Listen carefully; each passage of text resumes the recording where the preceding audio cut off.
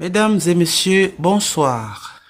Nous sommes là au bureau de monsieur Bella, ce docteur très célèbre dans le monde entier et au Cameroun en particulier, qui va vous entretenir sur un sujet vraiment très touchant, un sujet qui préoccupe de nombreuses personnes dans le monde entier. Il s'agit bel et bien de la pandémie du VIH-Sida.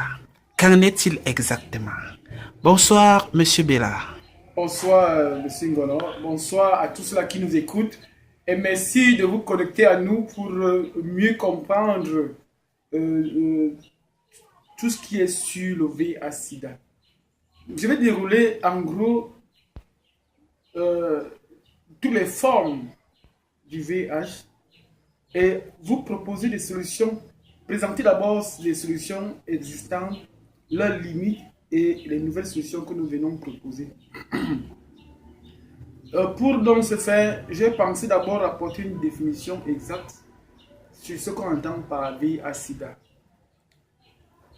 Ces deux termes, VIH et Sida, qui sont bien différents. Le VIH, c'est le virus de l'immunodéficience humaine. C'est-à-dire quoi? C'est un virus qui n'attaque que le système de défense de l'organisme. Tandis que le sida, c'est un syndrome, dont un ensemble de symptômes visant à la destruction massive des défenses organiques. Alors, on ne peut donc pas parler de ce virus sans toutefois expliquer aux gens, autant que moi, sans toutefois expliquer aux gens comment est-ce qu'on arrive à attraper le virus. Selon nos recherches, nous avons constaté que la plupart des gens contractaient la maladie à travers des objets souillés. Donc la contamination se passait de sang à sang. Donc, dans la majeure partie des cas. Mais dans la minorité des cas, nous avons retrouvé que des gens se contaminaient à travers les rapports sexuels. C'est pourquoi chez nous, nous avons pensé que ce n'est pas une maladie sexuellement transmissible. Je vais m'expliquer pourquoi je le dis. Parce que lors des rapports sexuels, le virus VIH ne peut pas exister dans les sécrétions vaginales. Donc, en conséquence, lors des rapports sexuels, on ne peut pas donc retrouver ce virus dans ces sécrétions, ni dans les sécrétions vaginales, ni dans le spermatozoïde de l'homme. Parce qu'à l'intérieur, il y a de l'oxygène qui passe. C'est pourquoi nous avons pensé qu'il était mieux de conseiller les gens aussi qu'ils sachent que lors des rapports sexuels, ils devraient éviter la brutalité. Parce que c'est au cours c'est pendant cette brutalité que le pire arrive. Dans le rapport sexuel, pourquoi est-ce qu'il peut arriver qu'on attrape le VIH? Si les deux partenaires se blessent lors des frottements, il y aura effusion de sang et échange de sang. À ce niveau, la contamination est directe. Donc, il est important que les uns et les autres sachent que on peut éviter le VIH pendant les rapports sexuels. Pour enchaîner, comme je disais qu'il ne peut pas vivre dans les sécrétions vaginales. Où est-ce que le virus vit? Le virus, c'est un virus, le VIH est un microbe anaérobique. C'est-à-dire qu'il ne vit pas en présence de l'air. Parce que dans l'air, il y a de l'oxygène. Lorsqu'on est déclaré après un test au laboratoire séropositif, il est supposé de savoir que le virus, à ce moment-là, n'est pas localisé dans tous les organes du corps humain. Le virus s'en va se loger au niveau du plasma sanguin. C'est dans le plasma sanguin qui fait ses dégâts. Parce que, semble-t-il, entre le globule blanc et le HIV, il y a des ressemblances qui font des amis, mais quelque part des faux amis. Pour donc continuer notre thème, pourquoi est-ce que des solutions actuelles ont tendance à ne pas apporter des solutions que le patient attend. Des solutions je dirais des solutions tendant à satisfaire le patient. Parce que le virus, lorsqu'on essaie un peu de voir le croquis du virus, il est entouré d'une nappe lipidique, d'une membrane lipidique qui empêche que tous les produits qui sont émis vers l'organisme et en direction du virus ne puissent pas arriver à destination. Parce que je vais attirer votre attention sur cette machine. Vous allez braquer la machine. Nous allons voir pourquoi est-ce que ce n'est pas possible que le virus atteigne la cible, le médicament plutôt atteigne la cible. Vous allez voir cette membrane. C'est une membrane lipidique. C'est une graisse. Donc tout ce qui vient de l'extérieur ne peut pas traverser cette membrane lipidique. Impossible. Ça veut dire que tout va venir s'annuler au niveau de cette membrane. Parce qu'elle est remplie de graisse, de lipides. Et ça fait que ça ne pourra pas inquiéter le virus en lui-même. Pour continuer, comme j'étais en train de vous dire, que les produits qui sont actuellement sur le marché ne peuvent pas inquiéter. Mais nous louons les efforts que ces gens, que ces chercheurs ont fait. Parce que ces produits viennent envelopper simplement le microbe et l'empêcher de se multiplier. Nous, connaissant déjà ce qui se passe, les manquements des autres, nous avons pensé qu'il était mieux de mettre sur pied une molécule. Cette molécule qui va donc venir agir sur le virus lui-même. Cette molécule, quel est le nom de cette molécule? Il s'agit du VAD, du célèbre VAD que les gens connaissent, que tout le monde, que la plupart utilisent déjà, et que nous attendons la réaction de la communauté scientifique pour que ça puisse arriver au niveau de tout le monde, de tous les membres. Alors, qu'est-ce qui se passe avec le VAD?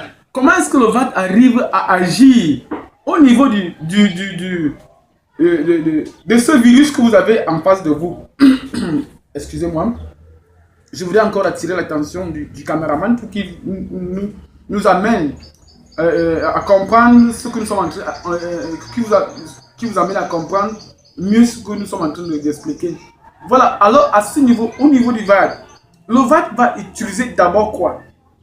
À travers sa pression oxygénée lorsqu'on le boit, qu'il émet dans l'organisme, cette pression va aller déstabiliser, désorganiser le système d'information génétique retrouvé au niveau de l'ARN, de l'ADN autant pour moi, immunitaire.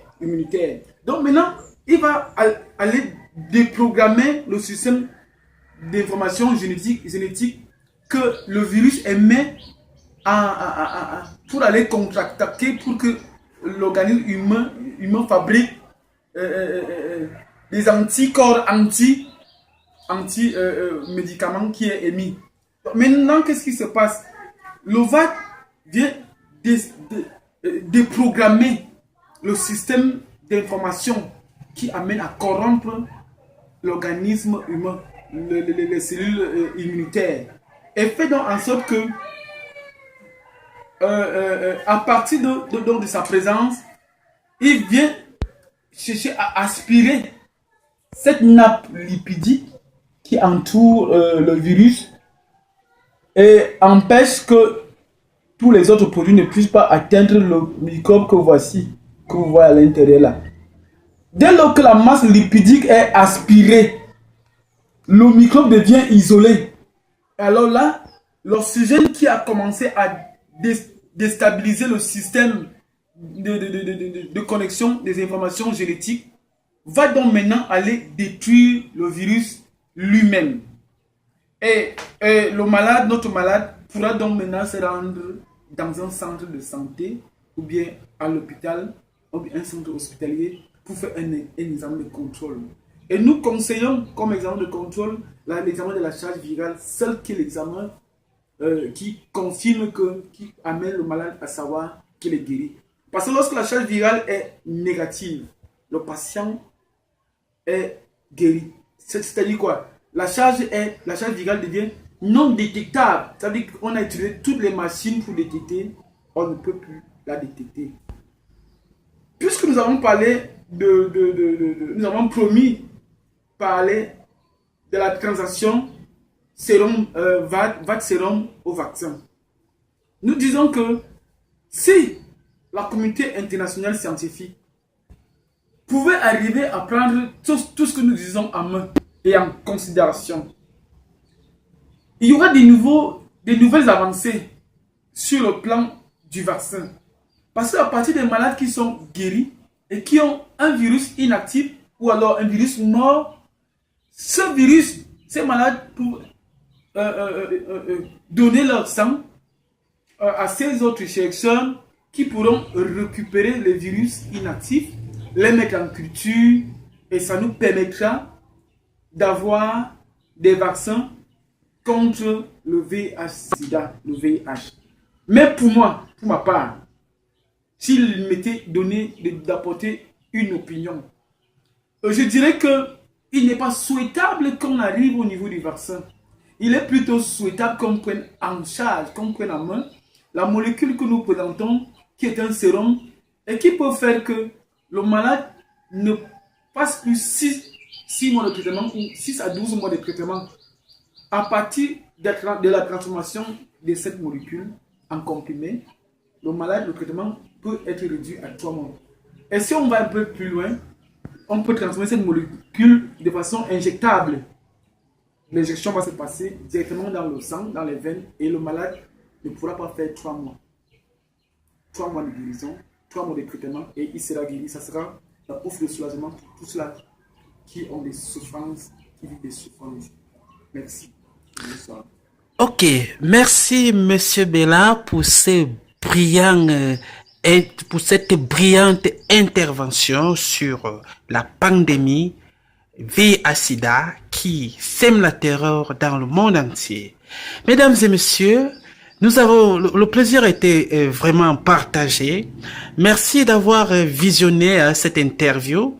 Donnons-nous rendez-vous à la prochaine édition, à la prochaine intervention du docteur Bella pour le public. Pour l'instant, nous allons tirer la clé sur le paillasson. Portez-vous bien.